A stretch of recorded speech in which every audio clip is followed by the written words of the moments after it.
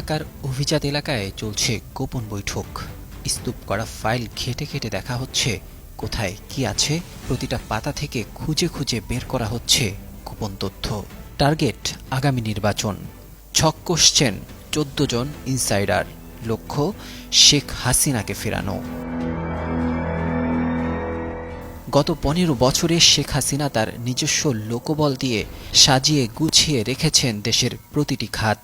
আয়া বুয়া থেকে শুরু করে উচ্চপদস্থ কর্মকর্তা সবাই যেন শেখ হাসিনার আস্থাভাজন লোকজন। এত সহজে এদের দমানো যাবে না, এটাই তো স্বাভাবিক। আর তাই তো শেখ হাসিনাও বর্ডারের ওপারে বসে গুনছেন দিনক্ষণ। এবার বেরিয়ে এসেছে আরও ভয়াবহ তথ্য। আগামী নির্বাচনেই যেন শেখ হাসিনাকে ফিরিয়ে আনা যায়, সেই লক্ষ্যে একযোগে কাজ করছেন ১৪ জন ইনসাইডার, যাদের মধ্যে কিছু লোক ইতিমধ্যে অন্তর্বর্তী সরকারেও অন্তর্ভুক্ত হয়েছেন এবং খুবই সাবধানতার সাথে চালছেন তাদের চাল, খুবই ধীরলয়ে।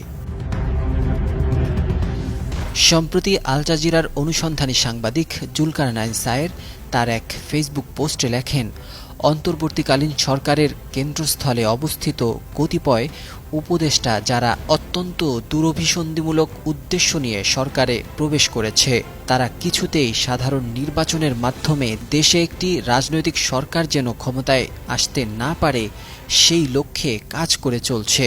এই চক্র বাংলাদেশ সেনাবাহিনীর ভিতরও অস্থিরতা সৃষ্টির চেষ্টা করছে। এই অনুসন্ধানী সাংবাদিক দাবি করেন, সরকারের বাইরে থাকা এই চক্রের কয়েকজন অনুঘটকের নাম তিনি আগেও বেশ কয়েকবার উল্লেখ করেছেন। যদি অনতিবিলম্বে এদের বিষয়ে যথাযথ ব্যবস্থা গ্রহণ না করা হয়, তাহলে বাংলাদেশের সার্বভৌমত্ব হুমকির সম্মুখীন হবে বলেও শঙ্কা প্রকাশ করেন তিনি। এই চক্রের সদস্যরা প্রধান উপদেষ্টাকে নেতিবাচকভাবে প্রভাবিত করছেন। যথাসময়ে নির্বাচন অনুষ্ঠিত না হলে ডক্টর ইউনূসও সম্ভবত তার পদটি ত্যাগ করবেন, আর সেই সুযোগে তার পদটি বাগিয়ে নিতে সচেষ্ট রয়েছে ওই চক্র। সেই লক্ষ্যে তাদের পছন্দের একজনকে কিছুদিন আগে ক্যাবিনেটে নেওয়া হয়েছে বলে দাবি করেন এই অনুসন্ধানী সাংবাদিক।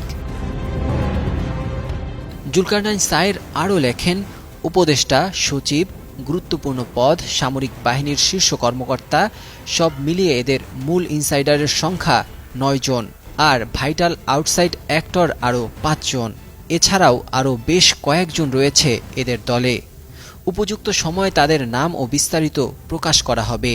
সাধারণ জনগণ ও রাজনৈতিক দলগুলোর এদের বিষয়ে সোচ্চার ও রুখে দেওয়ার সময় ঘনিয়ে এসেছে বলেও উল্লেখ করেন তিনি। Text report, ২১ television.